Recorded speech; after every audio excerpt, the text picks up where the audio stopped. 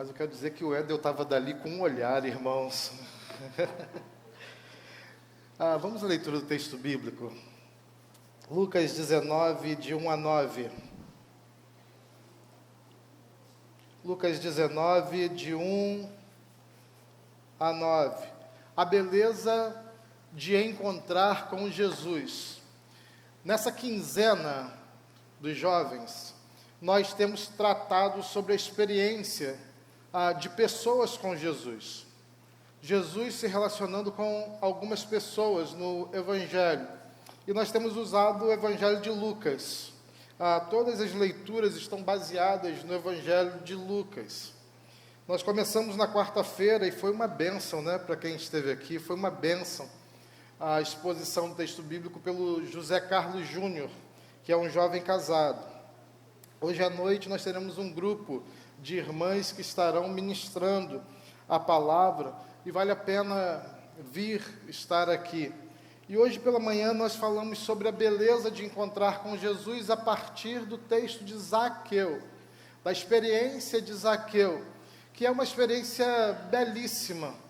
Zaqueu é um daqueles personagens que fica com uma marca, que a gente aprende, assim como Jonas, a gente aprende a olhar para ele com alguma desconfiança, por conta da sua vida pregressa, por conta daquilo que ele faz antes de encontrar com Jesus. Zaqueu, pequeno, quase um anão, nós cantávamos essas canções, mas ao olhar para o texto de Lucas 19, irmãos, tem muita beleza, tem muita riqueza, tem princípios tão extraordinários que servem à igreja de Jesus, mais do que simplesmente lembrar que Zaqueu ofereceu parte dos seus bens. Essa é uma parte importante dessa história, mas tem muitas outras partes importantes nessa história. Diz assim o texto bíblico: Jesus entrou em Jericó e atravessava a cidade. Havia ali um homem rico chamado Zaqueu, chefe dos cobradores de impostos. Tentava ver Jesus, mas era baixo demais e não conseguia olhar por cima da multidão. Por isso correu adiante e subiu numa figueira brava, no caminho por onde Jesus passaria.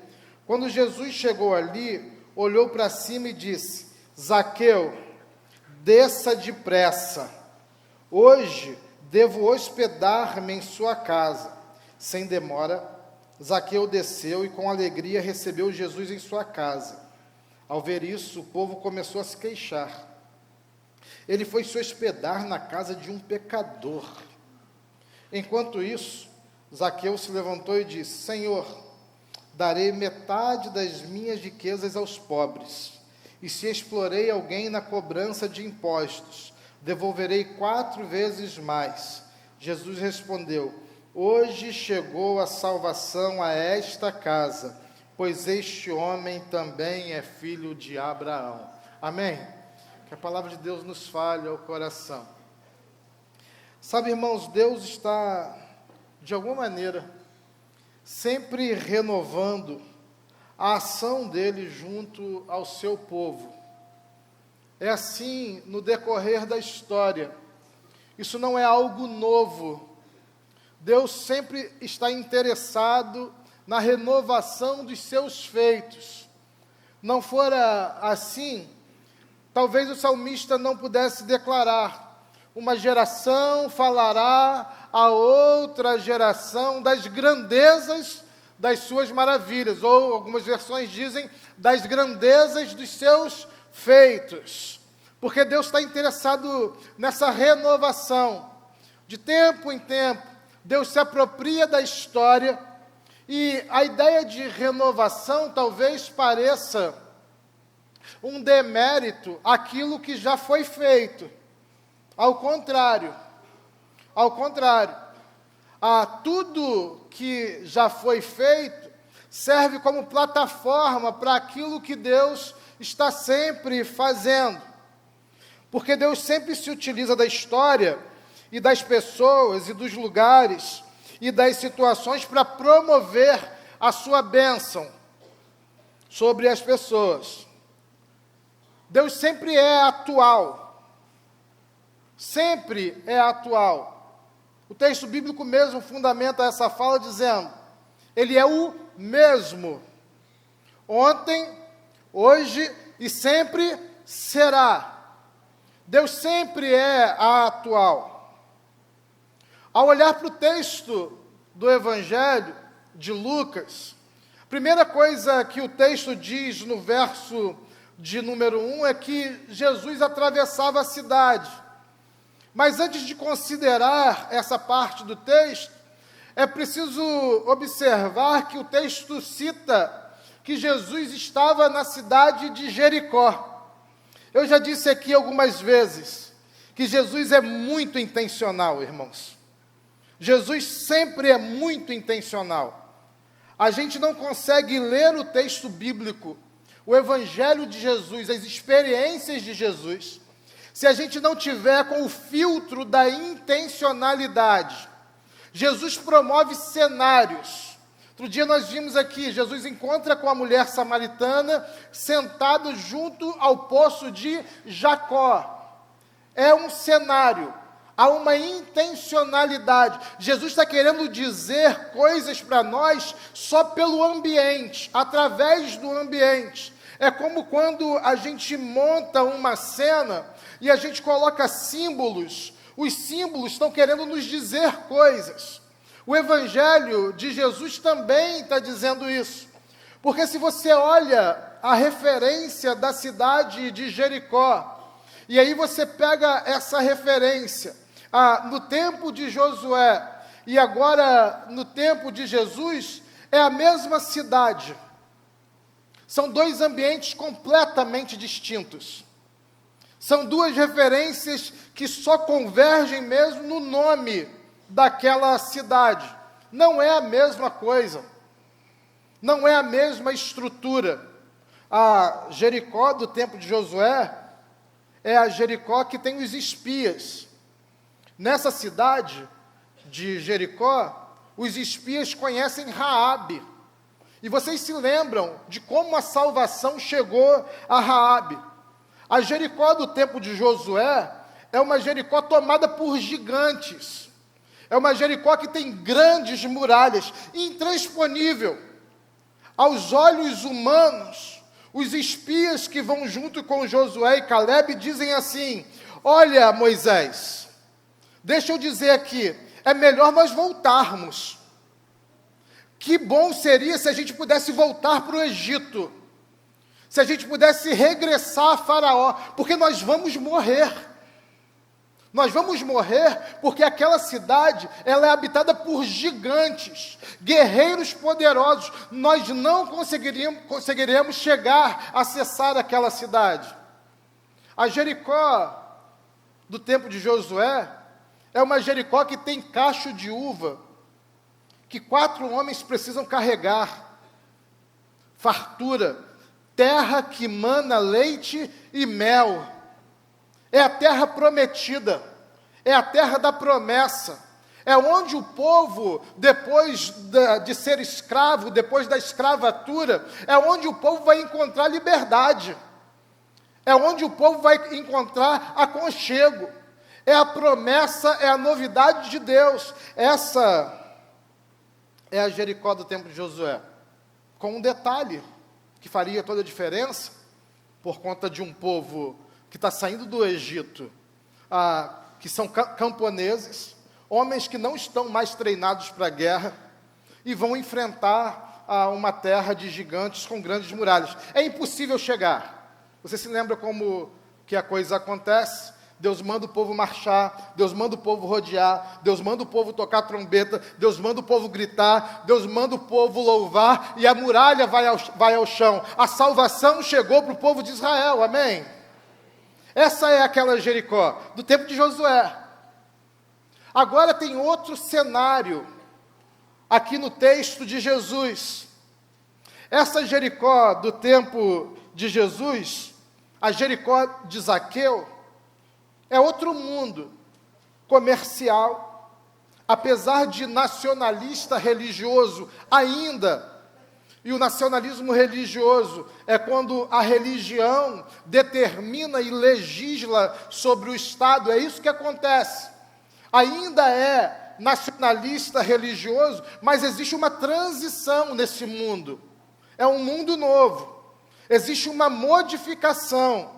Algumas novas religiões e filosofias são debatidas na ágora, na cidade. As assembleias estão ali. Os homens da cidade vão às ruas para debaterem sobre qual vai ser o futuro daquela cidade. Já não é mais uma relação de Estado que legisla soberanamente sobre o povo, mas existe uma transformação nesse mundo. Toda a influência do Império Romano agora começa a se estabelecer no pensamento. Porque se aquela Jericó de Josué tem o pensamento hebreu como vigente, agora essa Jericó de Zaqueu, ela tem o pensamento grego. Existe uma nova filosofia, é a base que vai ser a plataforma para o Evangelho ganhar o mundo. Existe uma transformação de mentalidade, é outro mundo, é outro cenário. As multidões seguem os líderes. Você vai ver isso quando Jesus está desenvolvendo o seu ministério e as lideranças daquelas cidades se preocupam. Quem são os líderes? Se a pergunta a Jericó de Josué, se a pergunta era como vamos vencer, a pergunta que surge agora nesse cenário, na Jericó de Zaqueu, é quem nós devemos seguir? Qual é o líder dessa cidade? E aí sim a gente chega ao texto, nessa cena, com esses símbolos que Jesus está apresentando para a gente. O texto vai dizer que Jesus atravessava essa cidade. Verso 1 diz, Jesus entrou em Jericó e atravessava a cidade. A vida muda, a cidade muda, e Deus sempre está renovando o seu propósito de salvação do mundo, amém? A gente muda, irmãos. Como que a gente muda? Perceba aí você, nos últimos 10, 15 anos. Olha para você, se você imaginava tantas mudanças de mentalidade nos últimos 15 anos, de prática, de vida, de casa. Como é que era a casa que você morou na sua infância, na sua adolescência, na sua juventude, quando você casou? Como é que era a estrutura que você tinha? Agora, qual é a estrutura que você tem? A gente muda, irmãos. Eu estava aqui há umas 2 ou 3 semanas pregando para vocês, e eu estava contando que o Jean queria um furão, um bicho. Eu disse, na minha casa não vai ter bicho. Essa semana, ou há 2 semanas atrás, a Vívia chegou, ganhou um presente, pastor Demetrios e Vanessa, um arrascaeta. Sabe o que é um pincher, irmãos, na vida de uma pessoa? A gente muda. Eu disse, não vai ter bicho. Agora sabe o que eu falo? Ei, arrascaeta, vem aqui dormir com o papai. A gente muda. Jesus atravessava a cidade. Eu quero te dizer que entrar em contato com a cidade vai fazer com que você mude as suas percepções. Necessariamente. Porque o servo de Deus, o servo do Senhor, que atravessa a cidade, que atravessa o bairro, irmãos, ele precisa sempre estar sensível às necessidades de seu tempo, porque Deus está interessado em promover a vida e a bênção na cidade através de mim e de você, amém? É isso que Jesus está fazendo.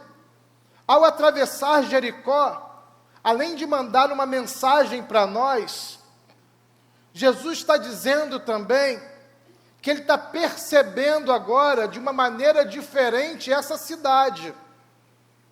Porque se Jericó antes era a terra que mana leite e mel, irmãos, agora aquela cidade, o que existe nela é pobreza.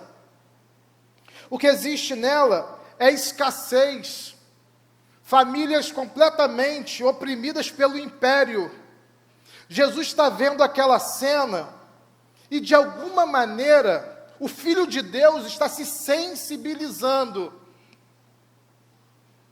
Porque não existe possibilidade de eu ser cristão, não existe possibilidade de eu ser servo do Senhor, de eu experimentar uma espiritualidade profunda que me eleve, que me faça levantar as mãos, que me faça prostrar diante do altar do Senhor, uma espiritualidade que me faça chorar, movido pelo Espírito de Deus, mas que não gere uma sensibilidade em mim com relação ao outro.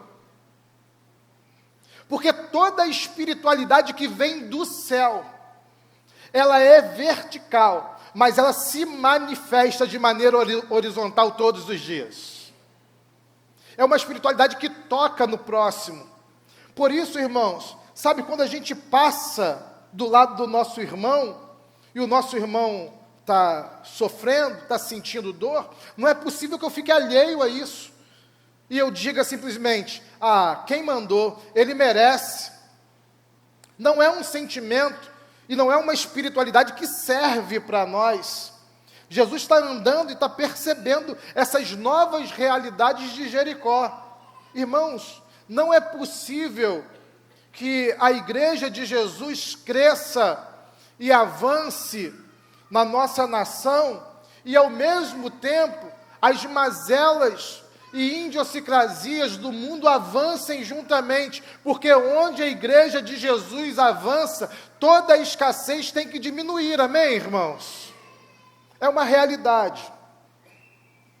O texto faz, se fosse uma canção, se esse texto de Zaqueu fosse uma canção, ou uma celebração, eu diria que agora ele faz um interlúdio. Lembram de interlúdio? Quem lembra? Quem é do tempo do interlúdio? Deus abençoe vocês. O texto faz um interlúdio. Sabe por quê? Porque ele passa a apresentar Zaqueu. No verso 2, 3 e 4.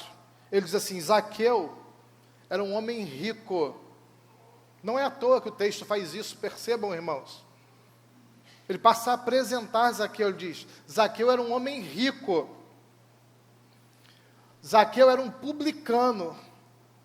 Ou seja, Zaqueu era um político corrupto.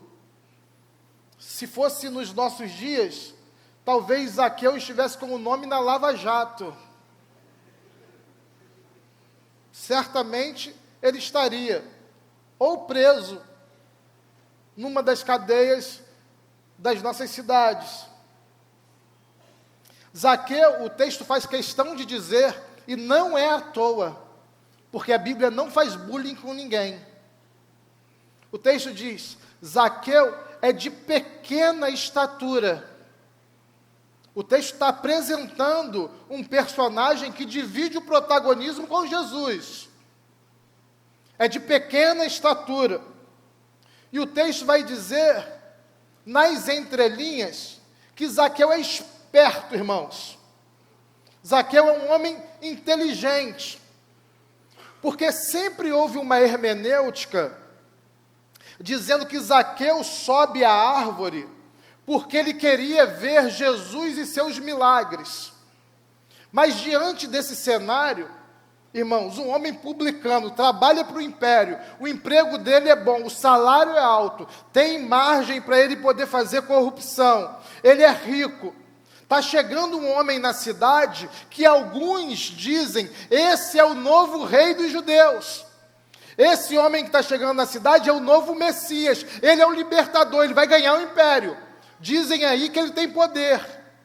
Aquele homem de pequena estatura sente-se curioso diante dessa informação. E ele procura uma figueira brava, porque ele é esperto, porque ele vai para um lugar. A figueira brava, vocês vão saber, ela é uma árvore frondosa, tem muitas folhas. Ele se esconde discretamente Deixa eu ver quem é esse camarada que está passando aqui na cidade. Quem é esse possível novo rei? Porque vai que ele assume o império e eu quero fazer manutenção aqui do meu trabalho também. O texto apresenta Zaqueu e segue. Cessado esse interlúdio, ele diz, lá no verso de número 4. Por isso Zaqueu correu adiante, subiu na figueira brava, no caminho por onde Jesus passaria. Irmãos, para surpresa de Zaqueu, Jesus é mais do que o homem que ele esperava que fosse. E a segunda verdade que eu quero te dizer, é que uma vida em Jesus, vai fazer com que você enxergue as pessoas, mesmo as que não querem ser vistas. E isso irá promover autoridade quando você proferir palavras de salvação. Irmãos, por muitos motivos, tem pessoas no meio de nós, tem pessoas que são muito vistas, o tempo todo, a semana toda. Normalmente é assim. Mas tem pessoas que entram aqui, no ambiente da igreja, e talvez você seja uma dessas, pessoas que não querem ser vistas, que por algum motivo estão desanimadas. Ah, como meu coração está triste. Eu não quero ser visto. Eu não quero ser enxergado. Ah, como eu estou triste por conta da minha vida, por conta da minha fé, por conta da minha espiritualidade. Algumas pessoas entram aqui num desespero, mas descrentes de que alguma coisa de verdade possa acontecer nesse ambiente. Pessoas que vêm a uma celebração ao Senhor, mas céticas de que Deus pode operar milagres nesse lugar. Não querem ser vistas. Pessoas que, por conta de um pecado, por conta de uma decisão errada na vida, ficam envergonhadas de si mesmas.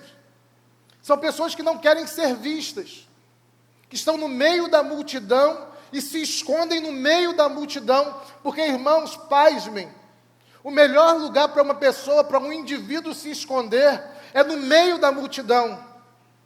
É o lugar onde você não é encontrado. As pessoas passam, vão e vêm, e você não encontra. Você já teve a sensação de procurar alguém no meio da multidão? Como que é difícil? É o melhor lugar para se esconder. Pessoas que não querem ser vistas. Zaqueu está naquela figueira brava. Irmãos, àquela altura ele não quer ser visto. Ah, seja qual for o seu motivo, ou seja qual fossem os seus motivos. Ele não queria ser visto. Mas há uma verdade que está implícita no texto, é que a nossa fé, ela significa salvação para todos os pecadores e para todos aqueles que creem no nome de Jesus, amém? É uma verdade da nossa fé. O problema, irmãos, é que muitas vezes, e influenciados pela teologia da prosperidade, que é uma grande matriz da igreja brasileira, sutilmente, esses princípios às vezes entram na base da nossa fé, e a gente esquece essa verdade que Jesus vai revelar daqui a pouquinho, que a nossa fé, ela não é para consumidores potenciais. A nossa fé, ela não é para aqueles que estão no melhor momento da sua vida. A fé cristã, o Evangelho de Jesus, ela é a base, é o poder de Deus para a salvação de todo pecador arrependido que crê no nome de Jesus. Jesus olha para Zaqueu, enxerga Zaqueu. Sabe, irmãos, talvez eu seja a pessoa mais tímida que você já conheceu na sua vida. Eu não sei se eu já falei isso para você. Mais tímida. Eu passei boa parte da minha vida, pastor Fabrício me conhece há uns 25 anos, pelo menos, por aí. E ele sabe como que eu cheguei no seminário e eu era tímido. Irmãos, o único jeito de eu falar é quando os camaradas me chamavam para conversar. Mas eu era quieto, tímido. Primeira vez que eu dei aula na EBD, estava vendo o Tiago aqui com a desenvoltura já fazendo piada na primeira frase dele. Primeira vez que me chamaram para dar aula na IBD, eu tinha 16 anos. Minha mãe era educadora religiosa, todo mundo achava que eu sabia falar porque ela era educadora religiosa. E aí eu fui obrigado quase a dar uma aula na IBD, porque agora a gente escolhe. A gente fala com o pastor de jovens assim, pastor, talvez, sei que, mas antigamente não tinha isso não. Alguém falava para você, é sua vez, acabou. Se virava. E aí eu preparei, irmãos, era uma aula de mais ou menos 40 minutos, eu preparei 5 horas de aula. E não tinha celular, computador, tablet, copia e cola, pesquisa no Google, nada disso. Eu escrevi umas 10 páginas num caderno, daqueles cadernos de colégio. Escrevi umas 10 páginas. Falei assim, vou garantir que com 10 páginas de escrita, eu consiga falar 40 minutos. Cheguei para dar aula, irmãos. Eu disse tudo que eu tinha para dizer em 5 minutos e mais as novas ideias. E acabou. E eu me senti tão envergonhado, irmãos, aquela manhã. E fui me esconder aos 16 anos, olha que vergonha. Fui me esconder no banheiro, eu não queria ser visto mais. E eu disse para mim mesmo aquela manhã, diante de Deus, eu disse, esse negócio não é para mim. Isso não serve para mim. Não sou eu que vou lá falar às pessoas. Porque a minha timidez me venceu aquela manhã e eu fracassei.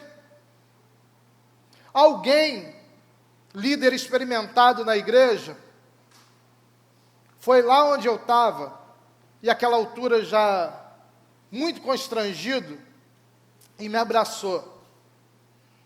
E falou assim, Jean, eu acho que esse negócio é para você. Eu disse, não é.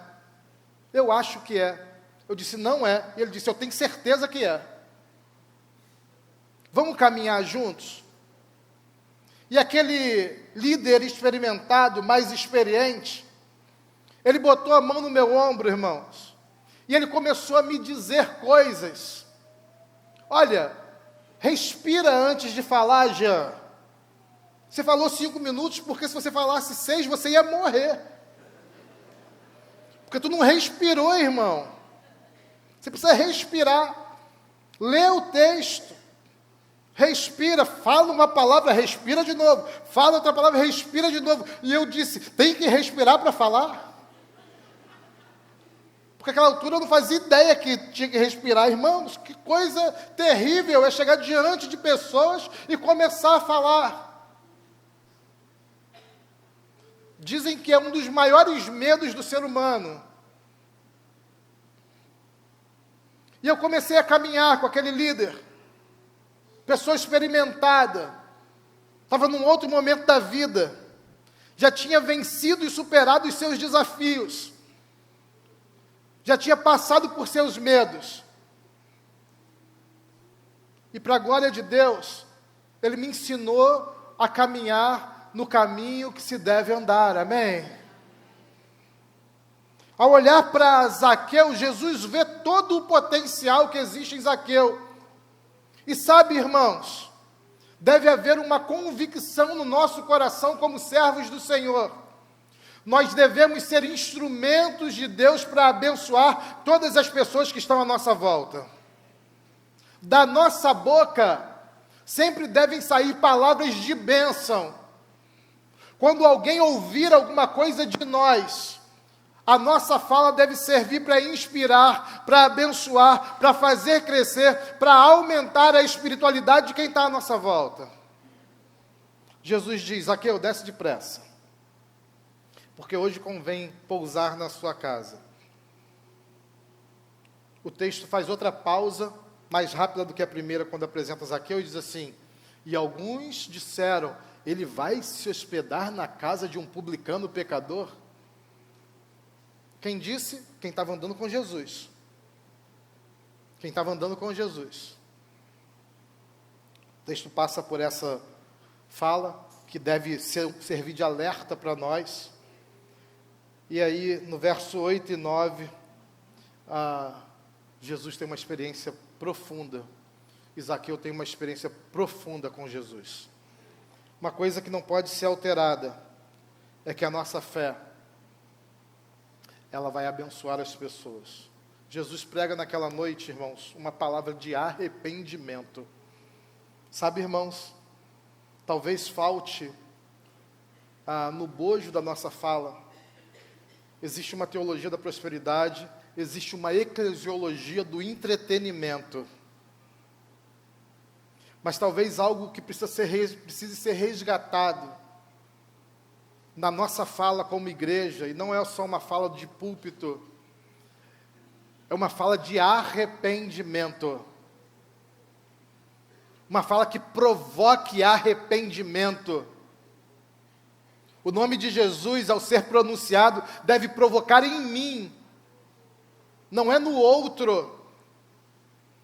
Porque a gente também instituiu uma maneira de ser igreja para o outro. Mas não existe espiritualidade para o outro. Toda vez que eu ouço, leio a palavra, ela só serve para quem, irmãos? Para mim. A gente tem a tentação, uma tentação mesmo. Eu coloco isso como uma tentação de ouvir mensagem para o outro. Isso não existe. Aquela noite, Jesus se encontra com Zaqueu. E talvez, se fosse nos nossos dias, Jesus seria altamente criticado. Imagina, irmãos, os sites, as páginas de Facebook, as redes sociais dizendo: Jesus foi jantar na casa do político corrupto.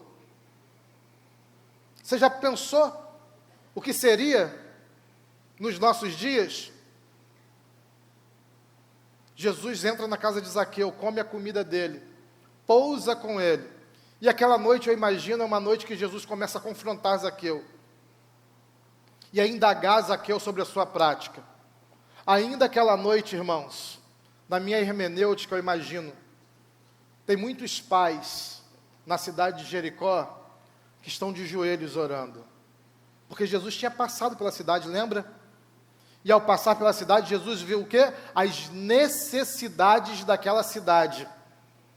Ao olhar para Zaqueu, Jesus viu potencialidade e oportunidade. Homens estão de joelho, talvez numa noite que antecedesse o Dia dos Pais como essa. Irmãos, quantos pais no nosso país essa noite, talvez alguns até próximos de nós, tenham passado a noite de joelho dizendo: Senhor, eu só queria poder dar saúde para o meu filho. Eu só queria poder promover um almoço bacana para os meus filhos. Quantos pais não passaram essa noite em vigília, clamando por socorro de Deus? Quantos? Eu imagino também na cidade de Jericó. Ao amanhecer, depois daquela noite que Jesus pousa na casa de Zaqueu, Zaqueu sai. Era homem pequeno, ele não tinha força, pequeno, baixa estatura, pega a sua guarda, pega a sua carruagem, essa carruagem cheia de dinheiro, metade dos seus bens, e mais uma parte, e ele começa a andar pela cidade. Ao chegar na casa desses pais que estavam intercedendo, clamando em dificuldade, talvez alguém tenha dito: ah, Deus, eu clamei por recurso, e o Senhor manda o cobrador. Mas Zaqueu é outro homem, uma nova mentalidade, uma outra expressão. E agora Zaqueu olha e diz: você me perdoa? Porque eu te roubei parte dos seus bens, eu supertarifei os impostos, eu peguei mais do que eu deveria. Aqueles homens, chefes de família, assustados agora, dizem: o que está acontecendo com ele? Ele diz: calma aí, antes de eu falar para vocês, toma aqui, 4 vezes mais, e mais uma parte. E as pessoas começam agora um novo burburinho. Zaqueu está distribuindo os bens, está pagando de volta. O que é que aconteceu? E aí eu imagino que Zaqueu, com toda a voz, com toda a força, com toda a autoridade, ele diz: eu fui salvo e liberto pelo nome de Jesus. Porque a resposta para toda necessidade, a resposta para que a nossa cidade, que o nosso bairro, que as famílias da nossa igreja sejam abençoadas, é que Jesus visite a casa de cada um de nós. Jesus responde, Ele é suficiente. Aquela cidade de Jericó, que outrora tinha visto o poder de Deus, através da queda das muralhas, ela experimenta de novo o poder de Deus, através do nome poderoso de Jesus. Jesus é suficiente, irmãos. Jesus é poderoso. E o nosso Jesus transforma as realidades, amém? O que a gente precisa é se colocar disponível e fazer como Ele faz, ou fazer como Ele faria. Todos nós conhecemos em seus passos o que faria Jesus. Nessa manhã de Dia dos Pais, o meu desejo e a minha oração é que esses pais que passaram a noite clamando, pedindo ao Senhor a bênção dEle, sejam visitados nessa manhã por pessoas que verdadeiramente se encontraram com Jesus e tenham a sua casa abençoada. Talvez tenham pais aqui que estão clamando: Senhor, como eu gostaria que meus filhos estivessem aqui hoje. Como eu gostaria que meus filhos estivessem na Tua presença. Talvez a sua necessidade não seja de alimento, não seja financeira, mas seja uma necessidade espiritual. Talvez você aqui como mãe, ali atrás mesmo, o irmão Ricardo disse, tem mãe que se torna pai, tem pai que por contingência se torna mãe. Eu não sei qual que é o seu papel na sua família, mas o meu desejo e a minha oração é que você seja visitado pela presença de Jesus nessa manhã. Que a sua casa, que a sua família, que a sua história seja modificada pelo nome poderoso de Jesus. Você pode ficar de pé, quero orar com você, pedir a bênção de Deus sobre a sua vida. Antes de orar com você, eu queria que você mesmo fizesse isso por quem está do seu lado, e você pudesse dizer: Deus abençoe a sua casa, viu? Se tem um pai do seu lado, você diz: Feliz Dia dos Pais, o Senhor supra as suas necessidades. Deus abençoe a sua vida, Deus abençoe a sua casa, e abençoe a sua família.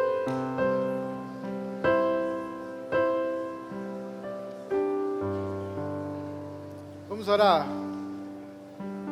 vamos falar com Deus. Senhor Jesus, Tu sabes, Senhor, o Senhor conhece todas as coisas, o Senhor conhece todas as realidades. O Senhor sabe como cada um dos meus irmãos chegou aqui essa manhã. E é possível que hajam necessidades, mesmo nesse dia de festa, de celebração, hajam necessidades nas casas dos meus irmãos. Senhor, eu quero clamar ao Senhor, assim como o Senhor visitou a casa de Zaqueu, e o desdobramento disso é que tanta gente foi abençoada. Deus, eu quero rogar ao Senhor que o Senhor visite a casa de cada um dos meus irmãos, ó Deus, nessa manhã. E como fruto disso, não somente nós sejamos abençoados, mas que a Tua bênção se expanda por toda a Vila da Penha, região, Rio de Janeiro, Pai, nosso país, o Brasil e pelo mundo, Senhor. Propaga a Tua bênção através da proclamação do Teu nome. Essa é a nossa oração, em nome de Jesus. Amém Graças a Deus. Deus abençoe você.